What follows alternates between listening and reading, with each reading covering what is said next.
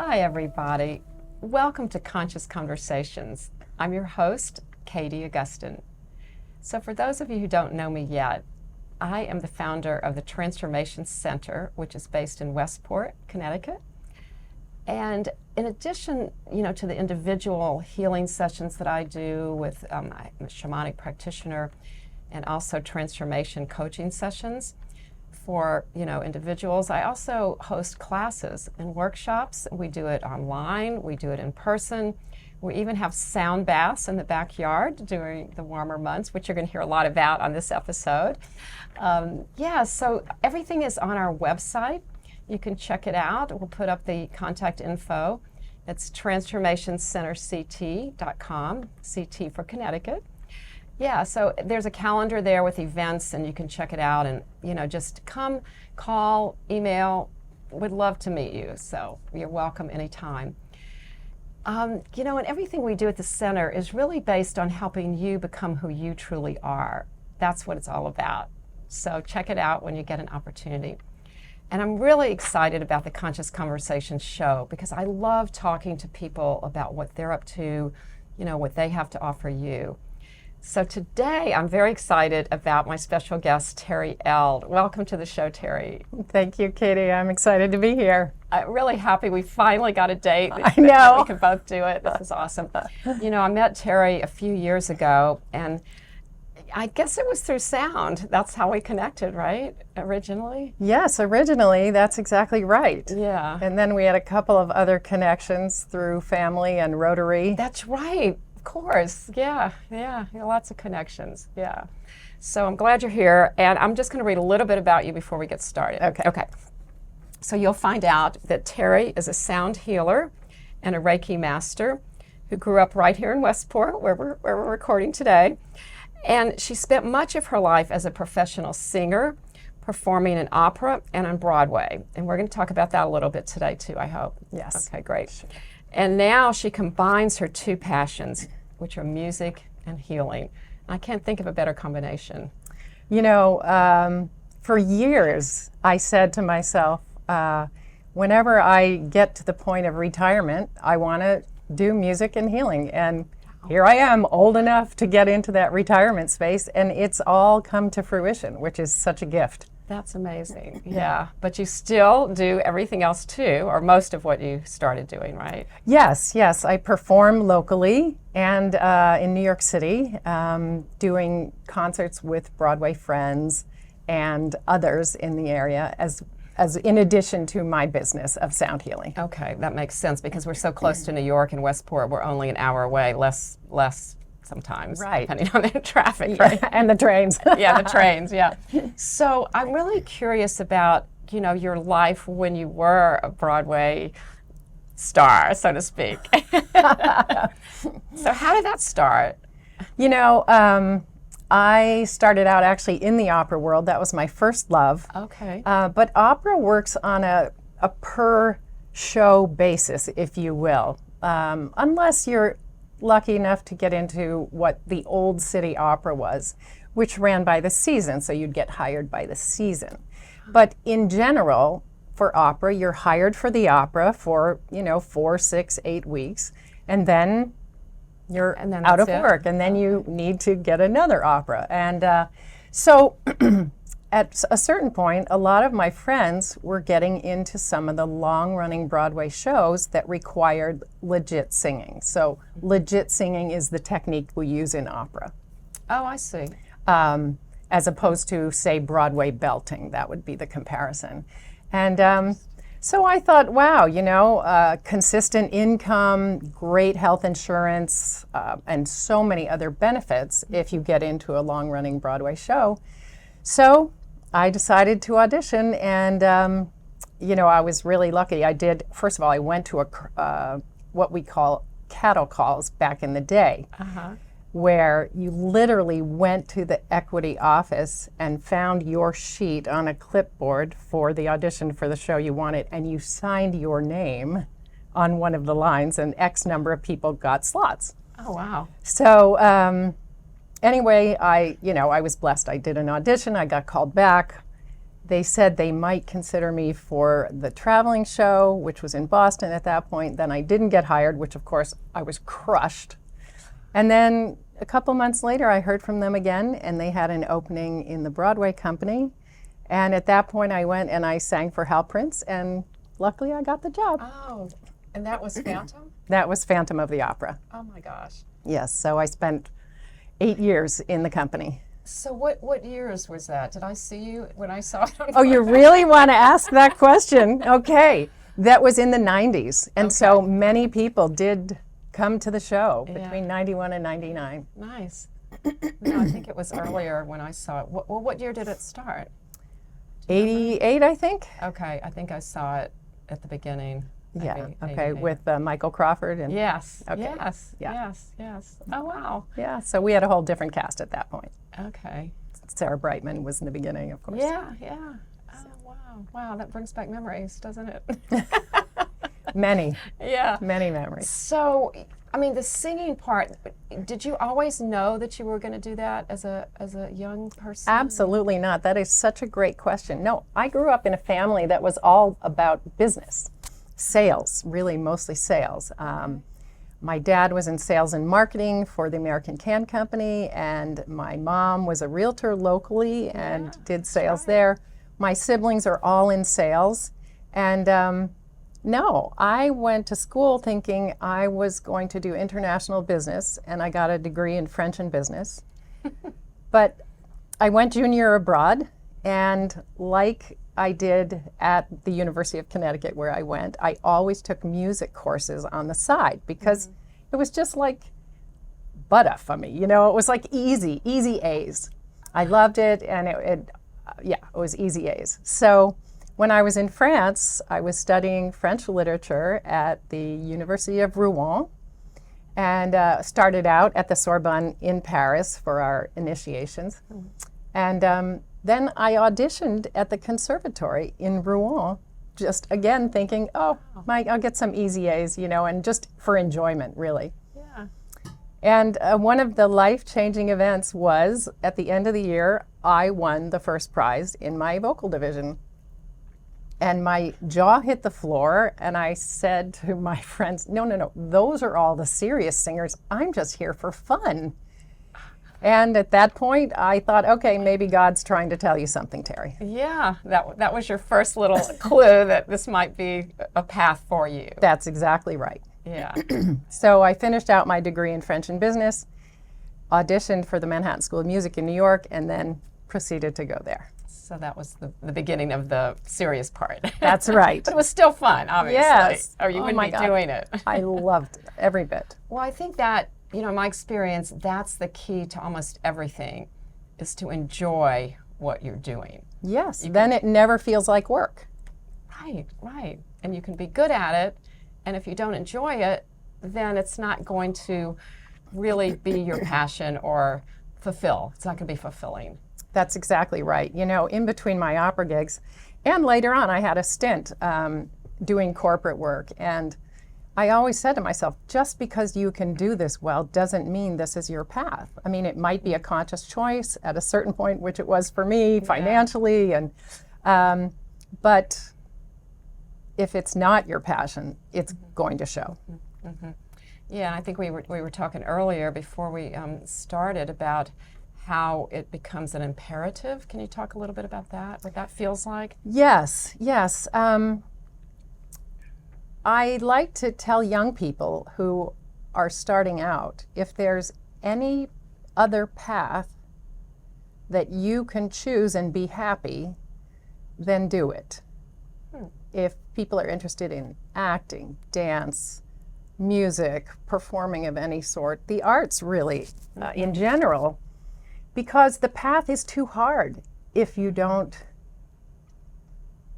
have the passion which allows you to stick to it and live through the extremely excruciating times. Oh, wow. Yeah, no, that's a good way of putting it, because it's not for everyone. It's not for everyone, and it is a true calling, or what did you say? The word you used? Like an imperative. An imperative. It's something that, like I used to say, I have to do this. I can't choose anything else. Well, I've heard that about creative expression in general. You know, Yes. so it's a creative expression for you. That's that's perfect phrase.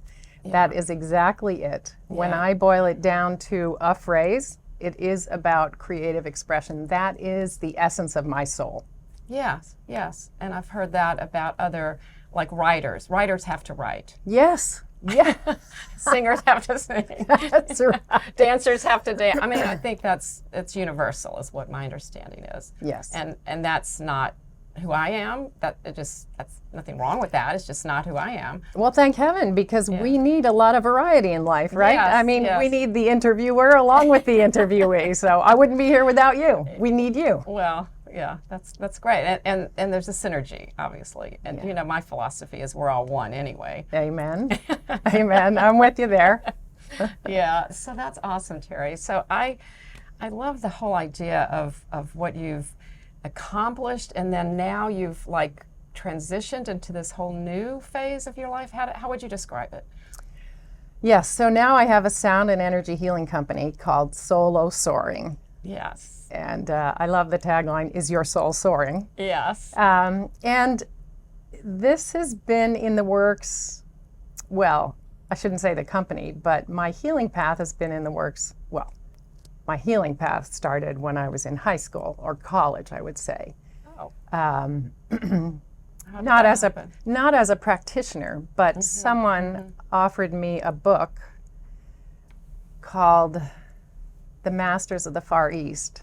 Oh. That is a profound book that talks about healing masters who can lay down their bodies and go and live for many days or months in a different place, doing their work, come back, pick up their bodies. It may, seem very far-fetched to some people listening, but it really spoke to me. And then, so fast forward, just to address your question in the present, when I left Phantom, I really was at sea.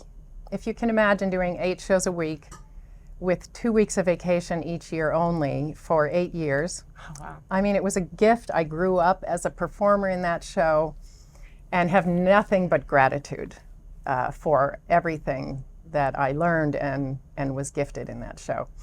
But when I left, it was like falling off a cliff, like, what now? Yeah. And one of the messages that I got intuitively was, seek out something to do with healing. And that's as general as it was. It was like something to do with healing, So being very practical at the moment without an income, I said, okay, I'm going to find a modality that I can taste with the least amount of time investment and money investment. So I found a healing center at that point called Children of Light, and run by a gentleman named Ron Baker. And I studied Reiki there. I loved it and continued to study not only to the master level, but then they have a light ascension extension after that. So that's hands-on energy healing with other things added. And so I loved all that. And then I said to myself, well, I'm a singer, and I had heard this thought about sound healing, but this was now in 2007.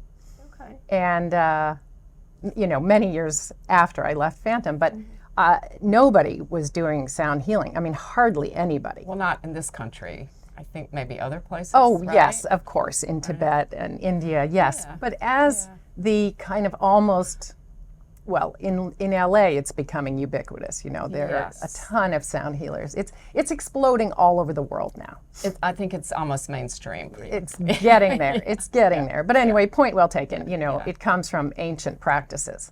But in any case, I had heard the phrase, but didn't know anything about it. So I Googled, sound healing, and came up with a sound healing master on the West Coast named Tom Kenyon.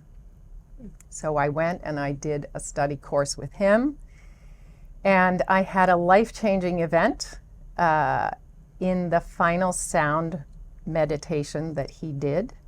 And I ended up, I'm not sure, yeah, I could go into that in detail if someone wanted, but if not, it's a short version is on my website.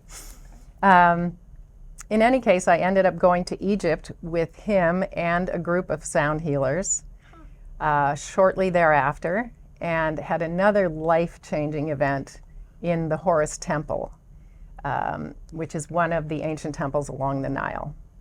And I found a journal from that time recently that I had not found or read for all these years. And in the journal, I read, "I want to know everything there is about sound healing."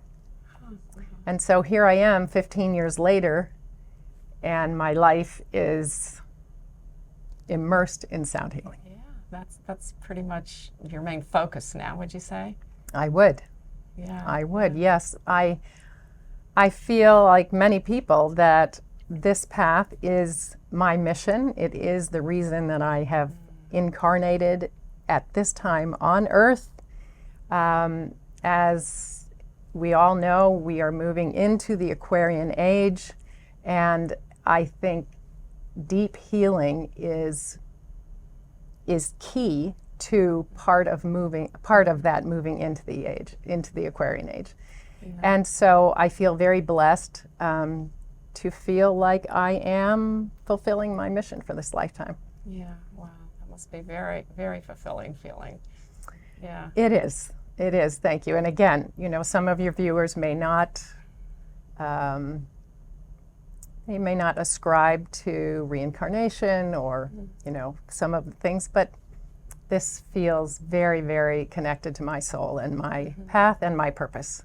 Yeah, well, that's wonderful. In fact, that you, I mean, it feels, I may be wrong about this, but it feels like it was a seamless transition for you, like it just sort of unfolded in a way. Katie, you're so intuitive. Your questions are so perfect, seriously, because that's exactly what happened is, especially since COVID, which is when I started my company. I started Sound Healing a long time ago, right, as I mentioned, but starting my company, it's as if a door opens in front of me and I say yes and walk through it. And then another door opens, I say yes and walk through it. And so I really have a lot of gratitude and have to say that, there's a lot of higher power working at work here. Yeah. I'm working my tail off, I can tell you that. But as I'm doing my part, it's in response to the doors that are opening up for me. I can totally relate to that, just FYI. Okay. Yes. Yeah. And furthermore, what I've been working on recently with people is, the law of free will, how as humans we do have free will. Yes. But how it works so much better when it's aligned with the divine will. Yes. And that sounds like what's happening with you. Is yes. that it's very much aligned, and that's when things start to flow, and it doesn't feel like there's any wrong turns or obstacles. It just starts to flow. Like at this point in your life, that's what's happening. Yes, that's exactly right, and that's another way to say my reference to higher power. That's right. Exactly. Yeah, it makes the path a lot smoother. Yeah. Again, we're all working hard just to create what we're doing, but but as we said at the very beginning, when it's your passion, it doesn't feel like work. It's just like you're loving every second. Yeah, exactly. It doesn't feel like work. I think that's the best way to describe it. It feels like this is what you're here to do. Yes, exactly. So for those of our viewers who aren't really familiar with sound healing, is there a short way to kind of describe what it is? And I want you to also talk about what you use, your instruments. Okay, super. So I guess the short version of a definition would be using any instrument, musical or otherwise. I'll tell you a funny thing. Your voice, right? My voice. I have a friend who turns a bunt pan upside down and chimes it, which is very amusing, but it And works. it works too. Okay. Anything that makes there a you go. sound, There you know, a structured sound. Let me just get that to you. Right. Yeah, thank you. There we go. So using any, let's just say, musical instrument in order to induce a state of relaxation. I think that's the simple way to say it. Well, It's the vibration, is that what it is? It is using the frequencies, yes, the healing frequencies that are emitted by different instruments. And the way it works is these frequencies entrain with our brain waves and slow down our brainwave state from our everyday decision-making state of beta and moves us into alpha, which you could call the zone, and then into theta, which is definitely meditative state, and then delta, which can be a deep meditative state or deep sleep. So it slows our brain waves, it slows our thoughts, it slows our breathing. And then I like to say our conscious mind moves to the back and opens up space for access to the subconscious mind. And when intention is included, because our formula for healing is frequency plus intention equals healing. So when we add intention, then that intention can be absorbed when the space to the subconscious mind is opened, and lasting shifts can occur. And so people have experienced relief from physical pain, relief from emotional pain. I have had clients say that family situations, painful situations that have been existed for decades have been lifted. Many people say to me that loved ones from the other side visit because the instruments I use, moving to that, are interdimensional healing tools, literally interdimensional. Oh, wow. And so I used singing bowls, crystal singing bowls, and they're actually called alchemy crystal singing bowls. And they're made by Crystal Tones, which is based in Utah, and they're made in America, so I love that. Yeah. And we use the word alchemy because these bowls are infused at high heat with gemstones, precious metals, and rare minerals. And it's those materials that we then call alchemies. So therefore the name Alchemy Crystal Singing Bowl. Okay. So I have a bowl that has diamond infused into it. I have another bowl that has ruby infused into it. As far as precious metals, they use gold, 24 karat gold, platinum, palladium, and then such minerals as shungite, for example. So all these elements, so to speak, that are known for their healing properties. That's absolutely right, yes. And how do they differ, like between the ruby and the diamond, for example? Well, so the frequency of the alchemy has its own energetic signature, and then that is added to the energetic signature of the quartz crystal, which is the basis for each bowl. And also, they're so beautiful. I call them sonic pieces of art. They are beautiful. Because they're gorgeous colors of all different colors of the rainbow, and some are clear, some are opaque. They're just stunning pieces. Well, they are beautiful. I have seen them. Yes, in your backyard when I've done the sound bath. Right, Terry came and did a sound bath in the backyard, I guess last summer. Yes. Do it again this summer, hopefully. And also you came to my Sunrise Rotary meeting and gave a really, really nice, abbreviated sound bath for all of our members, and they still talk about that. You know, that was really fun because, as you know, my dad was a founding member of Sunrise Rotary, and then after he passed, my mother took over. And so there's a real connection to that group in the Rotary organization. You grew up in that club, even though exactly you were there, your parents were. They have fond memories of that, so we'll have to get you back another time. Well, I loved being there, and people did really respond and were very intrigued and interested, and So it would be fun to do it So again. I think that's a perfect example of how this modality is really for anyone and everyone. It really is. It's a very, very gentle modality, and it's used for pregnant mothers, for children, babies. Obviously, we're not talking about any very specific or extreme situations, medical situations, but in general, it is safe for everyone and effective. And you just feel like you've had like a 3-hour nap. You feel refreshed. Your brain is clear and energized, and Well, I've already spoken about some of the benefits earlier, so. Yeah, right. I think it's like that perfect combo of relaxation, because it does calm your whole nervous system down, yet you feel, like you said, refreshed and energized. It's not like when you finish, you just want to go take a nap, you know? Right. No, there's a certain level of deep rest that is accessed.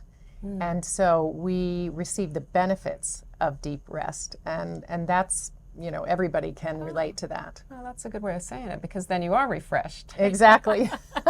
It's like when you get a good night's sleep. And I think I heard somebody, maybe it was Gary Posner a while ago, talk about how, a sound bath healing is the equivalent of a good night's sleep. Yes, exactly. Yes. Yeah. Different people do talk about that. And meditation is the foundation of this practice, right? And we can either do traditional meditation where we sit and try to turn off our thoughts, and some people have a challenge with that. Some people have a hard time sitting still. Some people have a hard time getting out of their mind. And the great thing about a sound bath is all you need to do is lay down and allow the sound to wash over you. There's no effort. Yeah. Well, I think I'm actually a sound bath addict now, officially. You think so? I do. Love it. I do. It's because it's now just part of my self-care routine. Well, that makes sense. And some of the alternative healing organizations suggest that regular sound baths are good for one's health. So Yeah, good. I feel like I want to cut So an you're edge. doing it. Yeah, we're going to have to wrap up in a minute, but I do want to just quickly ask you about, I know you are also teaching. You have a new class coming up? Yes, thank you. So I do teach at the Sound Healers Academy, which is an online academy based out of LA, and I'm one of the teachers or mentors there. And I do a master class in music theory, given my classical music background. Oh, perfect. And that is a 1-hour class, and it's the basics of music theory. And so somehow I was drawn to this concept of Find Your Inner Mozart, which is the name of my new course. It's Find Your Inner Mozart, Music Theory for Sound Healers. And so we not only cover the basics, but we look into a couple of advanced concepts that really address how to choose the right bowls to play together and how to understand why the bowls are so magical in their sound, and how some of the basics of music theory come directly from nature. So it's very exciting, and yes, I'll be launching the course in March of 2024. Oh, cool. And so far I'm getting a lot of interest, so I'm very excited. Oh, good luck with that. Thank you. Well, thank you so much for being on the show. Maybe if we have time, we can put up your contact info one more time, and people can go on your website and check out the course. I'm sure it's up there. It is. Thank you. All right. I would love that. I really appreciate it, and it's been so fun to be with you. Yeah, well, thanks again, Terry, and thank you to our audience for being here for Conscious Conversations, and thank you to the Westport Library for hosting us at Verso Studios. Namaste. See you next time.